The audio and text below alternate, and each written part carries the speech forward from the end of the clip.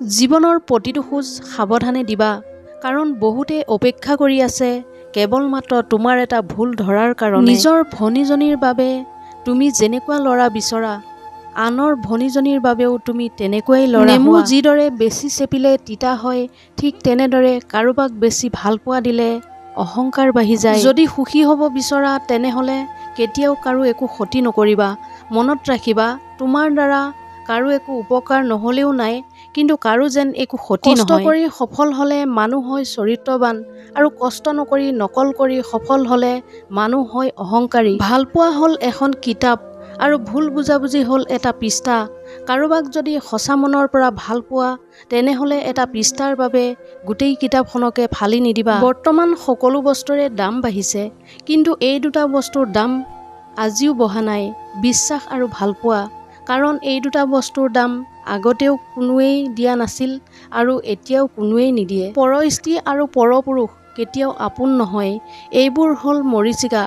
এওঁলোকৰ পিছত পৰিলে নিজৰ পৰিয়াল আৰু নিজৰ জীৱন ধ্বংস পথেৰে গতি কৰে। প্ৰথমে নিজৰ কেৰিয়াৰ তৈয়াৰ কৰা, তাৰ পাছতহে প্ৰেম ভালপোৱাক সময় দিয়া। কাৰণ আজিকালি মানুহে তেওঁৰ লগতে থাকিব বিচাৰে যাৰ এটা সুন্দৰ ভৱিষ্যত আছে। পৃথিৱীৰ সকলো সম্পৰ্কৰ মাজতে এটা শব্দ থাকে, যিটোৱে সম্পৰ্ক এটাক বহুত শক্তিশালী কৰি তোলে, আৰু সেইটোৱে হ'ল বিশ্বাস। সন্মান হ'ল আইনাৰ দৰে। তুমি আনক যিমান সন্মান দিবা, তেওঁৰ পৰা তাতোতকৈ বেছি সন্মান ঘূৰাই পাবা। ছোৱালীবোৰে সৰু সৰু কথাতে কান্দি দিয়ে সঁচা, কিন্তু জীৱনৰ কঠিন সময়খিনি হাঁহি মুখে কটাই দিব পাৰে। অভিমান তেওঁ কৰে যিজনে তোমাক ৰিয়েল লাভ কৰে। কথাই কথাই কাজিয়া তেওঁ কৰে যিজনে তোমাক ফিল কৰে। তোমাৰ ভুল তেওঁ বিচাৰে যিজনে তোমাক সকলো সময়তে মিছ কৰে। শৰীৰৰ অংগ কাটি ভালপোৱা প্ৰকাশ কৰাটো মূৰ্খতা।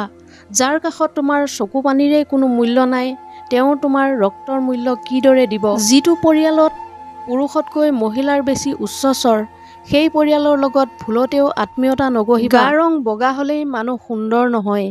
মানুহ সুন্দৰ হয় নিজৰ চৰিত্ৰৰ বাবে। প্ৰতিষ্ঠানৰ ডাঙৰ ডাঙৰ ডিগ্ৰী থাকিলেই মানুহ শিক্ষিত নহয়।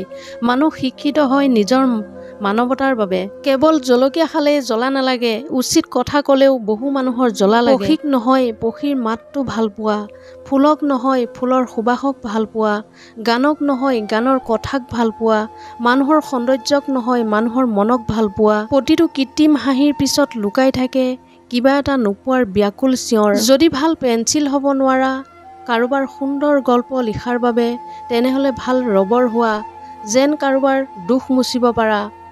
যিদিনা দেখিবা খং কৰিব এৰি দিছোঁ, সেইদিনা বুজিবা ভাল পাবলৈও এৰি দিছোঁ।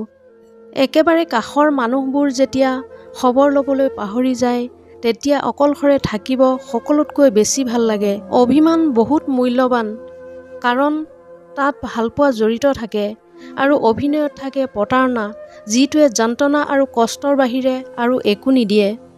ষড়যন্ত্ৰৰ মূল অস্ত্ৰ হ'ল মিছা, আৰু মূল দুৰ্বলতা হ'ল সঁচা মিছাৰ বিচাৰ কৰাৰ অযোগ্যতা। মুখৰ ভাষা যেতিয়া অসহায় হৈ পৰে, তেতিয়া চকুৰ ভাষাত অনবৰতে পানী ওলাই থাকে। জীৱনত এনেকুৱা এজনক ভাল পোৱা যিজনে তোমাক ভাল পাব নোৱাৰিলেও সন্মান কৰিব। যিদিনা মানুহক তেওঁৰ মা নহয়, তেওঁৰ দায়িত্বই তেওঁক টোপনিৰ পৰা সাৰ পুৱাই দিব, সেইদিনা বুজিবা সেইজন ব্যক্তি পৰিয়ালৰ দায়িত্ব লোৱাৰ বাবে যোগ্য হৈ পৰিছে। জোৰ কৰি কাকো ধৰি ৰখাৰ প্ৰয়োজন নাই।